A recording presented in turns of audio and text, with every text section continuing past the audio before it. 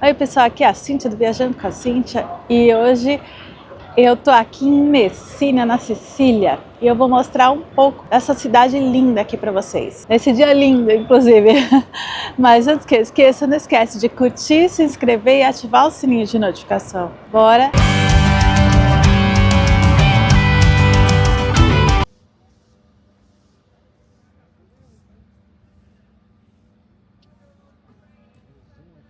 Agora nós estamos indo até o ponto de encontro do Free Walking Tour.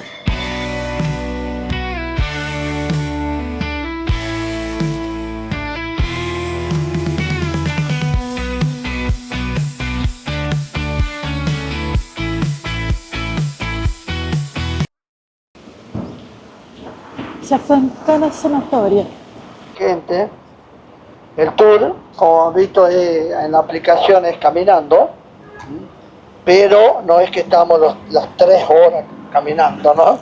El tema de los sanitarios es un tema muy importante acá en Messina, más cuando se camina tanto tiempo. Y de paso les sirve a ustedes porque están todo el día caminando acá hasta que vuelven al crucero. Todos están con el crucero, ¿no es así? Sí. En Messina no hay baños públicos. A veces tienen que irse a la estación de trenes como a 6 cuadras de acá.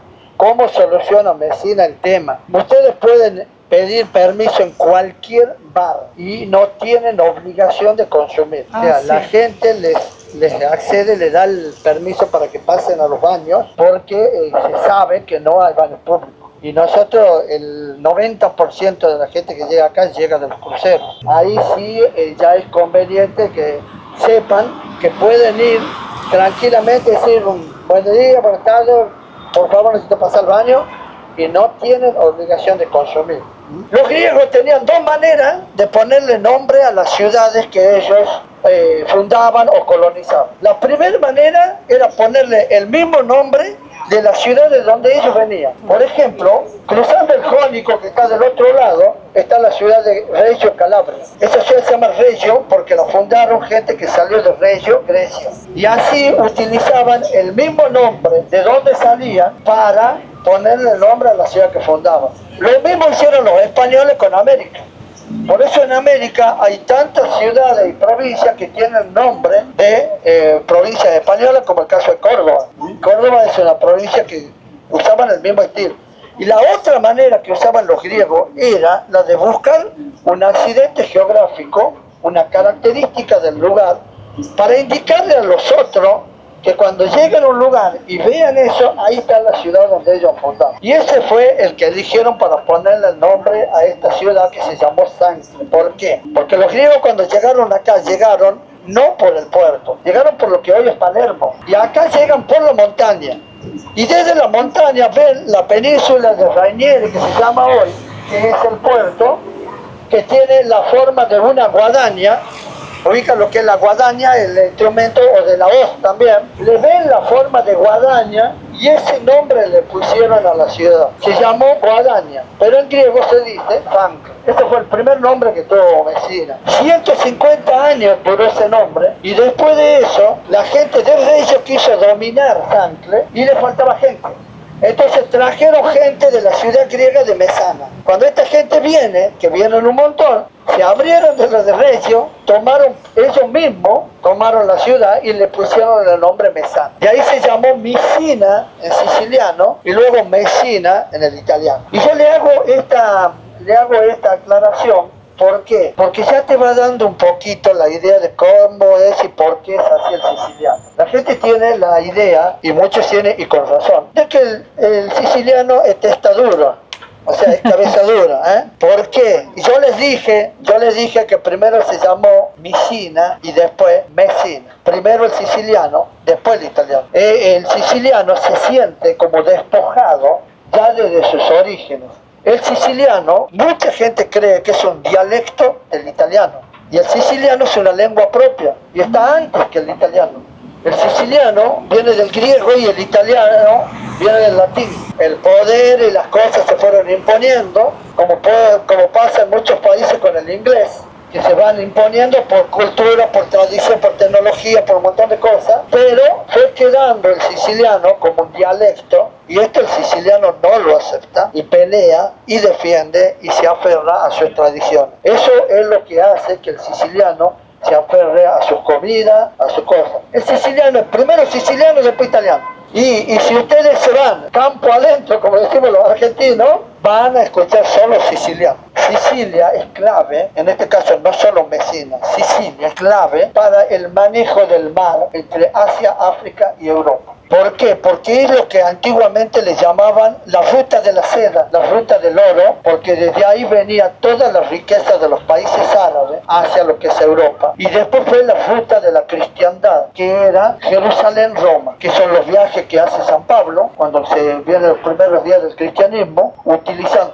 Entonces fue siempre Sicilia una estación de peaje, un lugar clave para dominar. Y por eso tuvo siempre muchos invasores. Yo les hablé de los griegos como fundadores, pero a los griegos les siguió el Imperio Romano. Al Imperio Romano los persas y los bizantinos. A los persas vinieron los sarracenos, que eran fundamentalistas islámicos. Después los normandos. Después los reyes de España, los reyes de Italia y recién la República de Italia. Cada uno de estos invasores trajeron su arte, su cultura, su comida, su estilo, y todo se fue juntando. Y Messina es una ciudad de una multimezcla de arte. El romano, el griego, el greco-romano, el bizantino, el normando, y entonces lo vamos a recorrer y vamos a encontrar toda esta mezcla, la vamos a encontrar en Messina.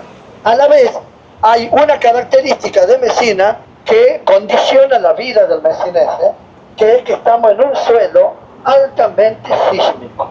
Acá hay muchos temblores y grandes terremotos en la historia de Messina. Se los remarco porque tiene una incidencia fundamental en la vida del messinés. Ahora sí vamos a comenzar por este templo, pero para explicarle este templo vamos a entrar y vamos a pasar a la parte de atrás, porque la gente normalmente cuando ve esto dice dos cosas. Una, que es una mezquita, y dos, que está hundido. Esto, las dos cosas, es verdad y hasta ahí nomás, y tiene una explicación. Vamos, caminemos para allá, lo vemos. Ay, qué lindo. Este es el templo de la Anunciación de los catalanes. En este templo, para poder explicarles esos dos temas que les dije recién, necesito hablarles de uno de los grandes terremotos que ha vivido Messina, el terremoto del año 1908. El terremoto de 1908 fue el 28 de diciembre, Día de los Inocentes, a las 5:20 de la mañana. Duró 37 segundos. Fue de la escala Richter del 7,2.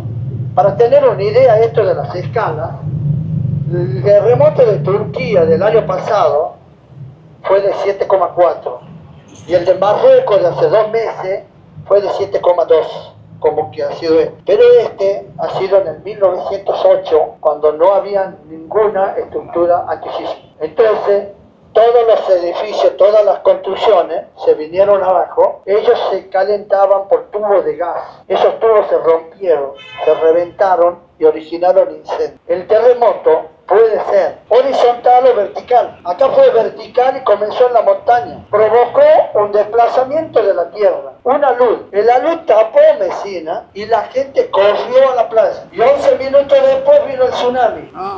3 olas de 12 metros de alto que llegaron hasta la mitad de lo que hoy es esta calle. Y Messina, de 150.000 habitantes, murieron más de 80.000. Temblor, incendio, luz. Le han metido el tsunami. Dice, si le dijera que el terremoto tuvo 200 repeticiones y llovió durante 11 días seguidos, fue una calamidad total. Así de trágico fue el terremoto, así de maravilloso fue la reconstrucción. Y hasta el día de hoy se estudia y se analiza como una de las grandes tareas, la reconstrucción de Messina en aquella época. ¿Qué hicieron? Primero, levantar los pocos escombros que tenía. Segundo, pusieron como prioridad que iban a reconstruir lo que tenía más historia. Es decir, había 4 iglesias destruidas, reconstruyeron una sola con los elementos de los 4 y la que tenía más historia. Acá había un hospital a la par. El hospital no se reconstruyó otro que después lo vamos a ver porque tenía otra historia. Esta iglesia se reconstruyó a la mitad. Eso que ven ahí es la continuidad de la iglesia y continúa por ese túnel que ven ahí hasta la mitad. Continúa, si se acercan a ver, están los escombros de cómo continuaba la iglesia hasta ahí. Y se reconstruyó solo la mitad, con elementos de todos. Ahora, el gran problema ¿cuál era? ¿Qué hacemos con el alud? ¿Qué hacemos con el alud que había tapado Mesina? Se decidió hacer lo siguiente, aplanar el alud, porque no se lo podía A sacar. igreja Se foi aplanó destruída el pelo alud. terremoto. 4 Y igrejas foram Mesina pasó destruídas a pelo tener un terremoto nuevo de nivel 1708 de suelo. e Hoy estamos acá parados sobre el nivel de reconstruíram Mesina antes del o que sobrou, terremoto. reconstruíram Y a igreja caminamos com todo sobre el nivel de todas as Mesina igrejas. después del terremoto sobre la luz aplanado. Como se aplanaron lo que eran las calles, todas las casas quedaron como hundidas. Y cuando empezó la reconstrucción, todas las casas quedaron con subsuelo. Mesina tiene el 60% de sus casas con subsuelo. Acá tenemos restaurantes, oficinas públicas, negocios, casas comunes con subsuelo. Acá se van a acostumbrar a caminar y van a ver ventanas a la altura del piso. A la vez caminar ahí van a ver ventanas. ¿Pero qué? Porque tienen subsuelo, que es el nivel antiguo de Mesina. Y van a acostumbrarse a ver también chapones inmensos de lata en la calle, van a ir caminando chapones, porque va todo por subsuelo. Ustedes van a ver arriba, todas las zonas que van a ver casi no hay cableado. Todo el cableado de Mesina va por el subsuelo. Entonces, por eso yo digo que el terremoto condiciona la vida del mesinense. Y la idea es entonces, esta iglesia está hundida, sí, al nivel nuevo. Al nivel viejo, no. ¿Y por qué se reconstruyó esto? Porque era el templo más antiguo. Esto fue templo a Neptuno con los griegos y fue mezquita con los persas.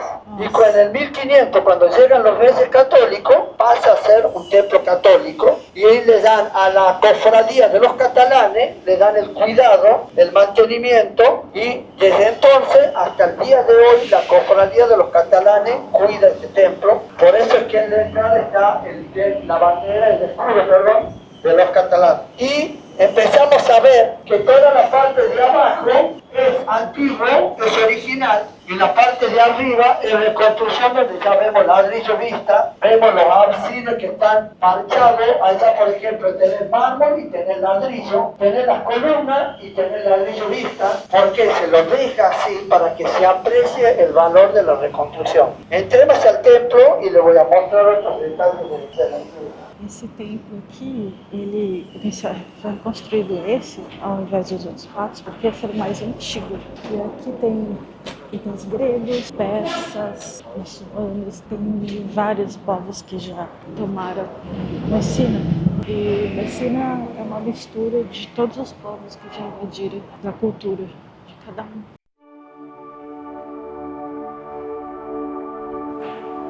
Que demais.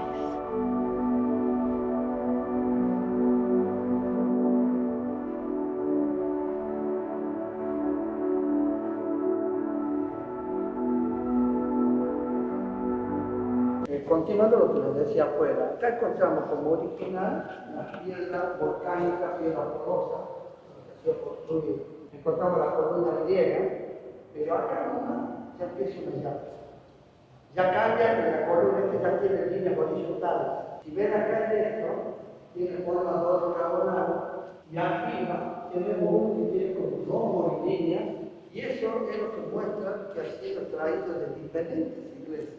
Si no, todas las columnas son iguales. Pero como les decía, de 4 de 5 iglesias se reconstruía una sola. Entonces van a ver, y lo dejan para que se aprecie la reconstrucción, se ve toda la llapa y las diferencias que hay. Los capiteles son la estructura metálica donde termina la columna y se apoya el techo. Esa estructura metálica, todas son diferentes, porque han sido traídas de diferentes lados para poder reconstruir uno. Y como se respetaba la historia, que esa era la prioridad de la reconstrucción, se dejó todo, o sea, no se dejó, se volvió a hacer pero el estilo de la mezquita persa por respeto a la historia de que esto fue una mezquita y se hizo toda la parte arriba de la cúpula, donde ustedes ven que todo es ladrillo. Pero eso se respetando, y dejamos las columnas griegas, respetando que esto fue un templo a Neptuno, dejamos el mobiliario bizantino, que es un estilo de madera en punta, o los cuadros, que son un cuadro grande, con nada de diferentes cuadros de la época bizantina, que es la época en la que no se pintaba en tela y molde, sino que se pintaba sobre madera, porque no existía el molde. Y por eso este cuadro de la mano como solo se hacía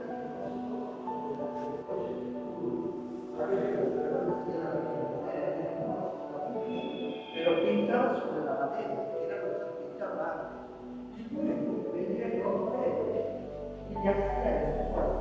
Es decir, no existía, no se trabajaba en yeso, no se trabajaba en cemento, no se trabajaba lo que vendría, sea oro, plata, hierro, de bronce. Entonces, ¿qué le hacían? Una manta de plata con los ribetes de oro, la corona, la cadera de oro, porque era lo que se trabajaba en ese momento. Y eso es lo que le daba el corazón a la mano. Cuando llegaban lo que se llaman las fiestas patronales, 9 días antes del novenario, se procede a sacar la manta de plata y se le ponía la manta de oro, que es lo que le llamaban la bendición. Entonces, acá ustedes pueden apreciar y se lo dije de esa época, donde todo se trabajaba con los elementos. Hay mucha gente que a veces habla y explica mucho el tema de el oro, la plata, pero es lo que había en ese momento, es lo que se trabajaba en esa época. Hoy se trabaja un poco más, lo hacen de papel maché, ¿viste? Pero en esa época era así, y así se lo ha dejado para que se pueda recordar, digamos, el templo este, ¿no? Ahora pasemos a aquel sector que hay un pesebre que les quiero comentar de eso. Esto que vemos acá no tiene nada que ver con la historia del templo. Esto es una ofrenda, un regalo. Esto es lo que llaman el pesebre, en otros lugares se llaman los belenes. Belén. O sea, el nacimiento del niño Dios. San Francisco es la persona que creó el pesebre, que hizo el primer pesebre. Y él le decía a sus frailes que cuando hagan un pesebre, no lo hagan allá en Belén, háganlo en la región donde están, para que el que lo vea se sienta que forma parte del nacimiento. Entonces, este pesebre, al ser franciscano, está en la región de Sicilia. Entonces tenemos el nacimiento, lo que es la Virgen San José el Niño, pero ambientado en Sicilia, donde tienen la casa en las montañas, donde tienen la casa con balcones, la ropa siciliana, la música siciliana, el baile, la comida, la cerámica, todo lo que hace a Sicilia. Porque la idea es que el siciliano se sienta que forma parte del nacimiento. Entonces, cuando ustedes, Dios quiera, puedan viajar mucho y por muchos lados, cuando vean un pesebre franciscano, va a estar con la ropa típica del lugar en el que ustedes están. Porque ese es el objetivo del pesebre franciscano. Y luego lo dan como una ofrenda, como un regalo, y que acá hay una, en la catedral hay otro, donde usted ve todo lo que es la característica del siciliano tradicional, está puesto acá. Eso es, ya, no tiene nada que ver con la historia del templo, pero es importante conocerlo para que ahí también uno ve todas las características. Bom, pessoal, espero que você tenha gostado desse vídeo. Se você gostou, não esquece, curte, se inscreve e ativa o sininho de notificação. Um grande beijo. Tchau!